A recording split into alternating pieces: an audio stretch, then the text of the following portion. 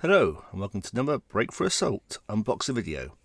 I'm Lee Parnell, recording from somewhere in the south of England, and tonight we'll be taking a look at the new S Tank box. The Stridsvagn 103, more commonly known as the S Tank, was so designated as the third 105mm armed tank in Swedish service, the first two being the upgunned Centurion Mark III and Mark V. Its design started in the post-Korea and used analysis from that war plus World War II to determine that the main reason for a tank being hit was its height.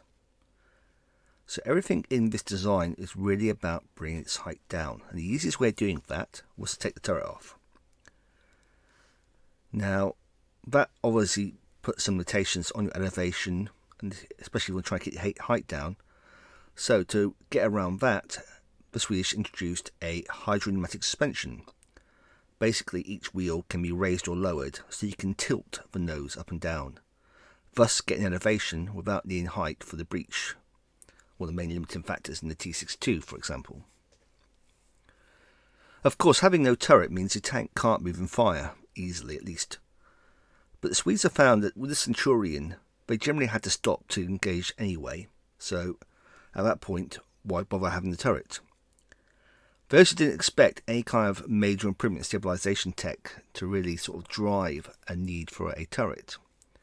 And when you look at the history, that probably holds out. Obviously, you don't really get the advanced fire control systems and stabilisers to the late 70s. Another feature about the S Tank, beyond the fact obviously it has no turret, was it's the first tank to introduce a gas turbine. Now, this gave a lot of power, but obviously it is a bit of a fuel consumption issue. But they combined it with a standard diesel opposed piston Rolls-Royce engine, very not too dissimilar to what was used in their FV432.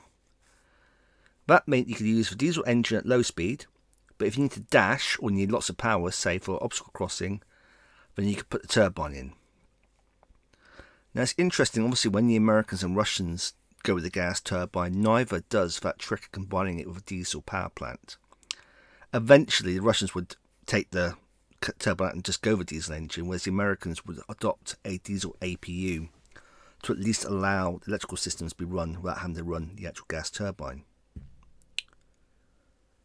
Main armament was 105mm, basically used the L7 as a starting point, but combined it with a 55 caliber length barrel, I believe an uprated breech. It could utilise a standard 105 ammo, but also a variety of special Swedish ammo. To reduce crew down, because obviously you want to try and minimise your manpower, especially if you're a small country like Sweden, they adopted an autoloader. That let them reduce the crew down to 2. Being a turretless tank, we could get away with not having a driver dedicated to just being driver. You could have a driver gunner and a commander. However, they quickly found out that reduced the crew down to the point where they're both very overworked, both actually manning the tank in combat, but also in the sort of day-to-day process of arming, fueling, maintaining the tank. So a third crew member was introduced, basically man the radio systems, and also acts as a rear-facing driver, which is quite a handy little feature. Another novel feature of the S Tank was the introduction of a bulldozer. On the bottom of the forward glacis plate is basically a little flip-out bulldozer blade. That was initially fitted as one per troop and allowed that tank to basically fill in small ditches, create tank scrapes for hold-down positions, and similar sort of light engineering work. Not really a replacement for a dedicated engineering vehicle, but handy nonetheless. The S Tank eventually entered service in 1967. Basically about the same time as the Chieftain in British service.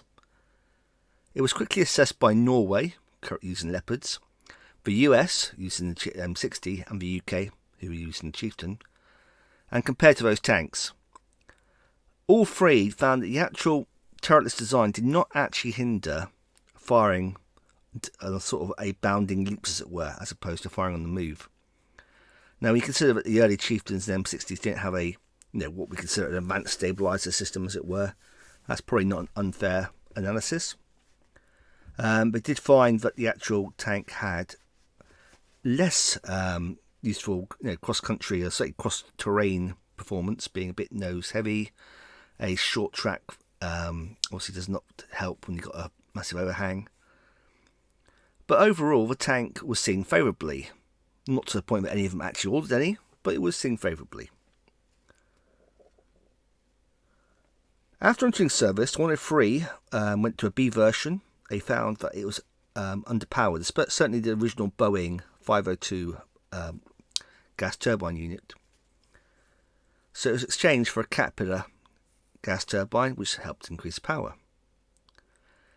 That was it then until the 80s, when you get the C version, which really is a focus for the Team Yankee game. With the C version, which entered service in the mid to late 80s, all the tanks gained a bulldozer blade, not only because it was seen as being useful, but also because it effectively acted as spaced armour on the front lower glasses plate. Not a bad feature.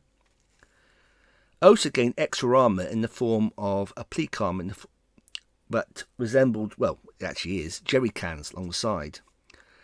Now that sounds terrifying, but when you consider that diesel, generally won't burn easily, it's actually not too a silly idea. And it acts as effectively a cheap bazooka skirt on the side, whilst having a dual role. The Rolls-Royce diesel engine was also replaced by Detroit diesel, increasing the engine's power, and therefore increasing its cross-country speed and the like.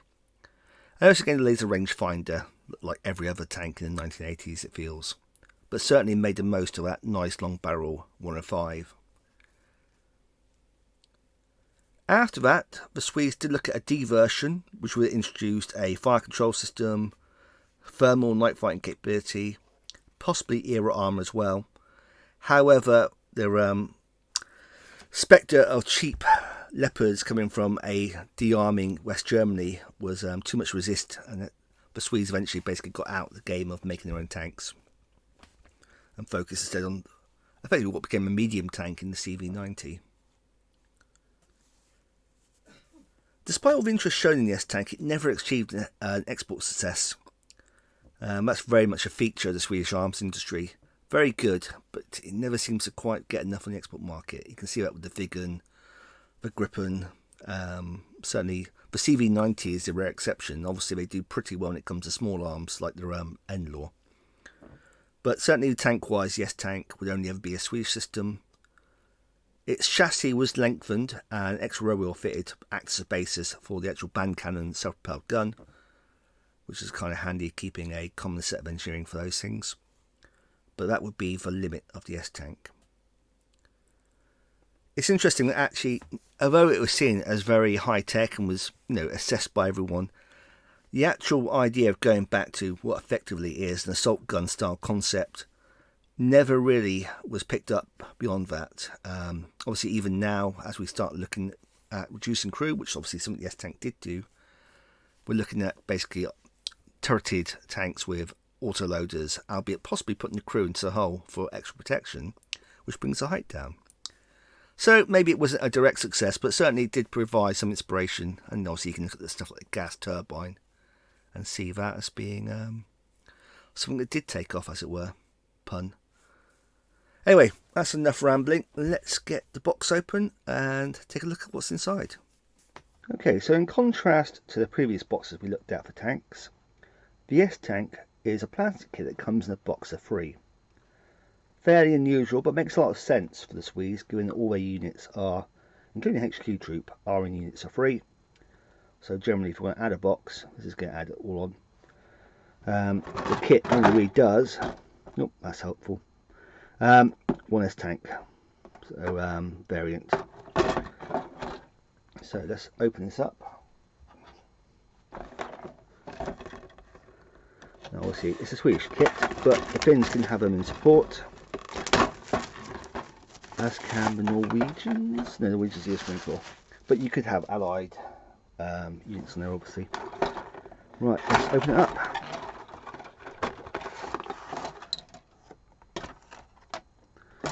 So again, the actual Tank Commander Sprue, very much again like the British style one. We saw this with the Danish kit as well, sorry, the Centurion kit. And if you, well, we will see it. Maybe I haven't done it. Maybe I haven't done it review yet. You never know. But again, standard soft plastic style British Tank Commander sprue there. Okay, and then we have the S Tank. And like I say, all this rebuilds is the S Tank. The band cannon was based on the same basic chassis, I believe, but obviously we have a much different kit to build both those on there. We also only have the one track variant on here. As you can see, there's not a lot of sprue space on here to fit the other track variant on, so they're sold separately. But you can have the tank bowing down effectively, also bowing up, down, reverse slope, just bowing down.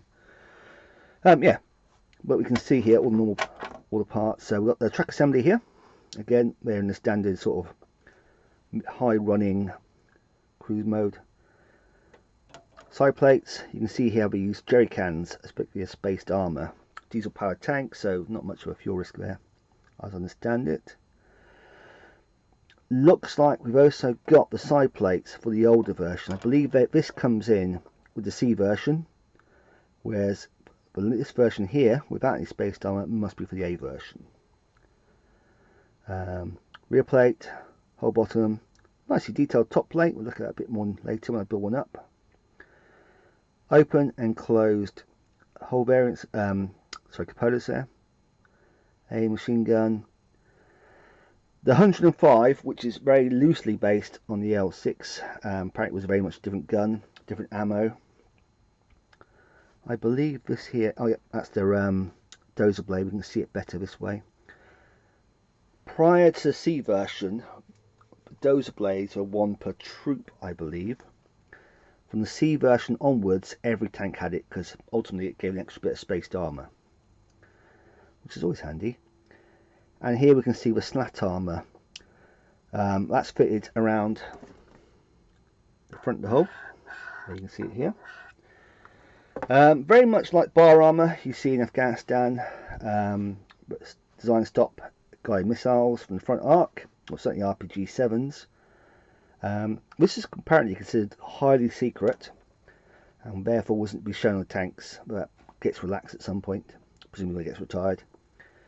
To me, I'm not quite sure why, it just looks like got an old-fashioned medieval portcullis in the front of your tank, which some might consider fairly metal. Anyway, that's the sprue. Let's build this up. Oh, before I go, obviously one thing to mention, no unit cards. They'll come to card packs now. We'll just use the book. I know a lot of people just generally use this as a Forces output and just screen grab and compile a big sheet, so you've got a reference sheet during the game. So yeah, that's the thing. Let's build one of these up. Okay, so I've clipped all the parts off the sprue, as you can see here. Just gotta bring that camera a little bit.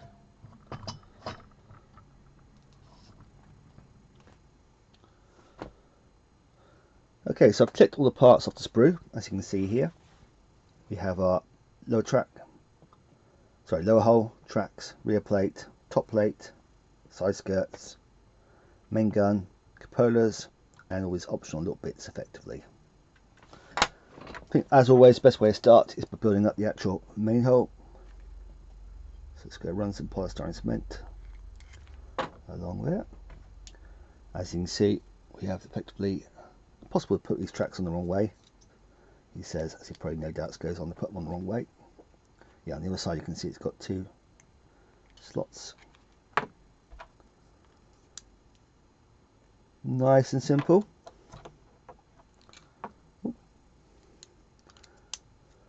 He said. You can see here straight away how short the wheelbase is compared to the actual hull. There's a lot of overhang on this model, this tank as it were. Could put a bit more polystyrene cement on. Might have been a little bit too miserly. Glue that.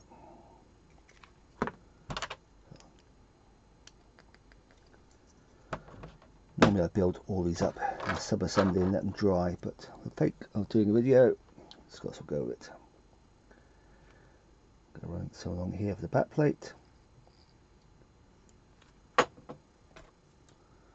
As you can see, tabs on the side, so actually just put a little bit extra glue on the side to pick up on those, and on that goes. Again, it locates fairly well. And then this will go on the top, like so, and that will seal in the bottom of those little storage boxes. Let's see, my contact points around the edges.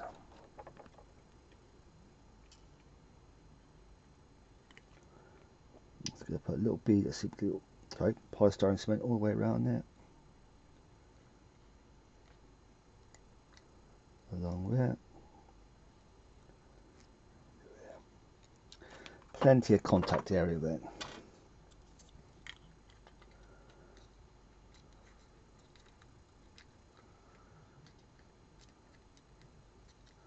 Okay. I think those are going to want a little clamping down. We'll do that in a minute. As you can see, they're just sort of sticking a little proud there, but it should clamp down without any problems. We'll just shave it down later, one or two. Right, that gets the main hull built. That wasn't quick long at all.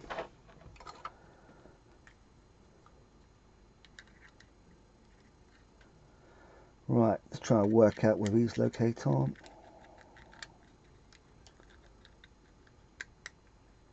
Okay, sort of locates like that.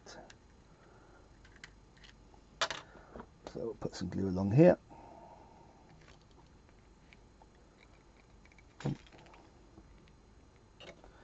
This polystyrene cement is wearing in its life, which is quite impressive in how long I had it.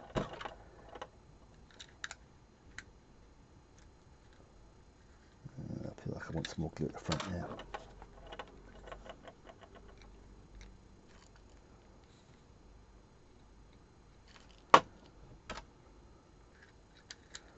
As you can see, this is a very quick kit to build. Make sure the exhaust fares. Okay. And then this bit here, as you can see, so this is the alternative for the A version. So it has all the sort of the DD flotation screen stuff on here, but doesn't have these fuel tank spaced armor bits effectively. Like I say, they come in the later model.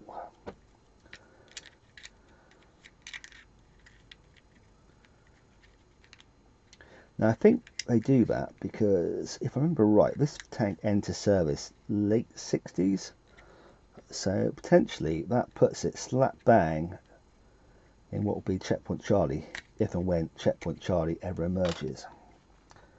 I'm not at least getting cynical about it, but you know, we wait for these things forever and ever, get little snippets, and they may or may not appear. But I think there's lots of kits coming that suggest that Checkpoint Charlie is not far away if they choose to do it. Alright, let's cut that little nib in. There's a little nib here which I missed, and that's going to be quite important because it seems to be stopping the side plate from going on nicely. But work of seconds to fix that. Get this back in. No, it doesn't feel right.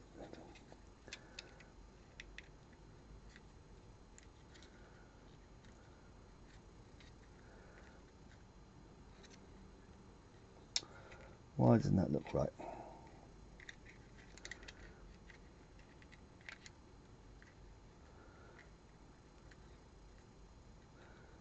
Okay, we just sit like that.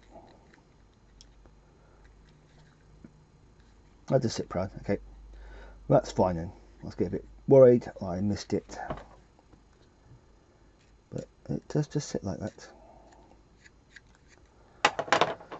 Okay, so that's the side plates on. Now combine that with the dozer blade, and that'll make us our C version. Not that it's immediately clear how this goes on. Like that.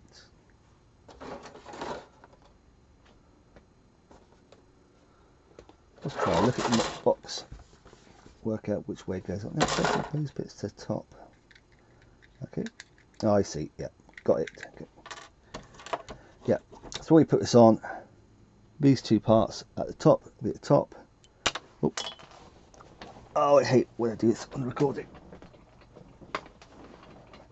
Show my ball spot off. I'll try and remember to edit that bit out. Right, so you can see in the back here, it's like this little rectangular feature. Hopefully that comes up on the camera. That's going to sit in to this like space here.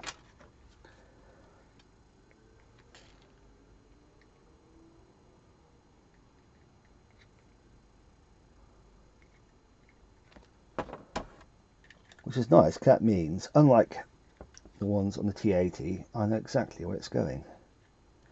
That, isn't that nice? Okay, let's call this a commander hatch. So I have the commander hatch open.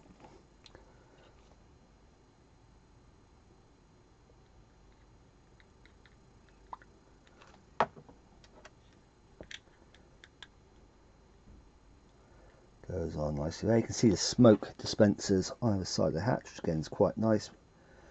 No faffing around trying to glue those on separately, but still capturing them in a good amount of detail, which is a nice compromise.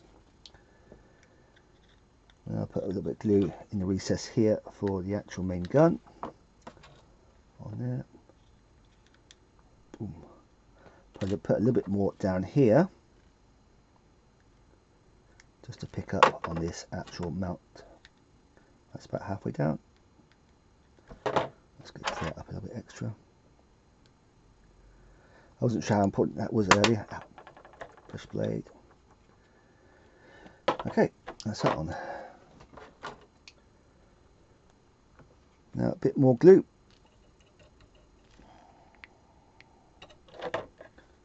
Little dab in this little slot here. And then we'll go on our machine gun, MG3 I think, for the Swedes.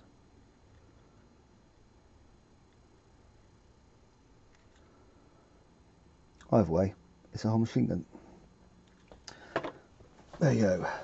And last but not least, our little portcullis. It's going to go on the front here, attached to that gun mount. So, get some more glue. Nice dot there. And boom, on it goes. And there we go. One assembled S Tank. Now, when you look at the tracks, it looks like quite a short little beast, but actually once you get the whole top on, it's about the same length as most other tanks in the Team Yankee model range. For example,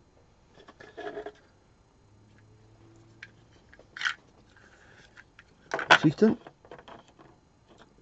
as you can see, end to end, not terribly similar, but obviously big 120, slightly overpowered 105. But very similar doctrines, both very defensive tanks designed to fight a mobile defence effectively. Although in the S Tank's case, it basically rushed to where the landing zones were and set up a defensive line. Okay, so that is building the S Tank.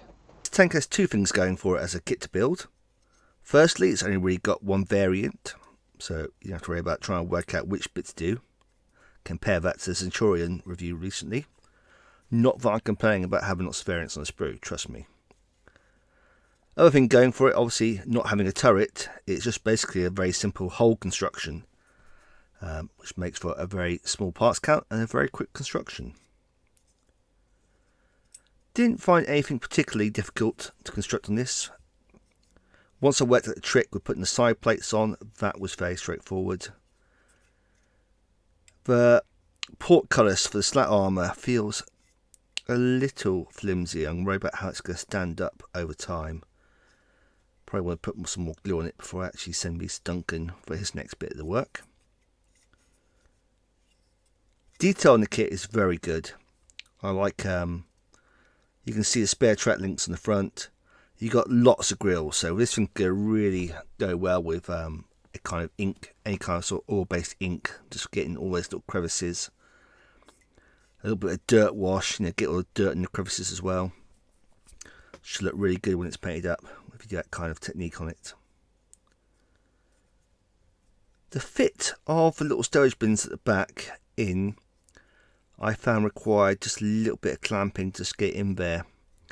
It's like a bit of a bow to the hole, and it doesn't quite nestle in firmly unless you just do a little bit of clamping. Not like a closed peg, we're not talking like a big carpenter's clamp or anything like that. Just needs to get some engagement.